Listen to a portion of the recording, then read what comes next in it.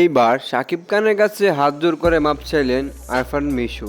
তিনি আরও বলেন যে, আমি নিজেকে তার সাথে তুলনা দিয়ে ঠিক করিনি।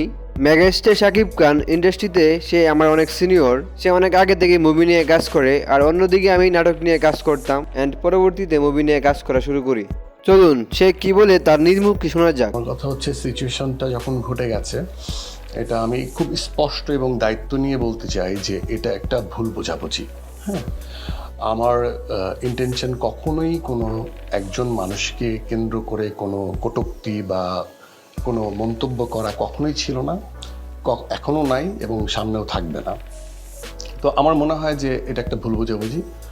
অনেক সময় দেখা যায় যে প্রাসঙ্গিক বা অপ্রাসঙ্গিক অনেক কথাই অনেক সময় চলে আসে এবং সেটাকে রেশ ধরে অনেকেই অনেক কিছু বোঝানোর চেষ্টা করে, বা অনেকে চায় বা অনেকে চাইলো যে একটু ঝগড়াটা বাড়িয়ে দিই, অনেকে চায় যে না, ঝগড়া একটু কমিয়ে দিই।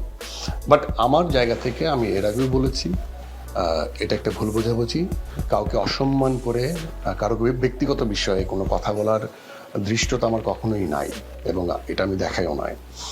আর যাকে নিয়ে কথা হচ্ছে, সে আমার অগ্রজ, সে ইন্ডাস্ট্রিতে আমার সিনিয়র, তাকে আমি যথেষ্ট সম্মান করি এবং সে সময়ও আমার যখন সুরঙ্গ আসে তখন তাকে সম্মান দেখিয়ে আমি অনেক কথা বলেছি, অনেক।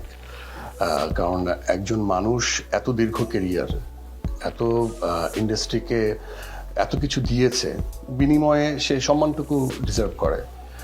বিনিময়ে তো সে কিছু আসলে চায় না একটা সম্মান ছাড়া। সো আমার তরফ থেকে এই সম্মানের তুঙ্গেই উনি থাকবে, সবসময় থাকবে, এবং এটা খুবই আমি বলবো যে একটা ভুল বোঝাবুঝি, এছাড়া আর কিছুই না।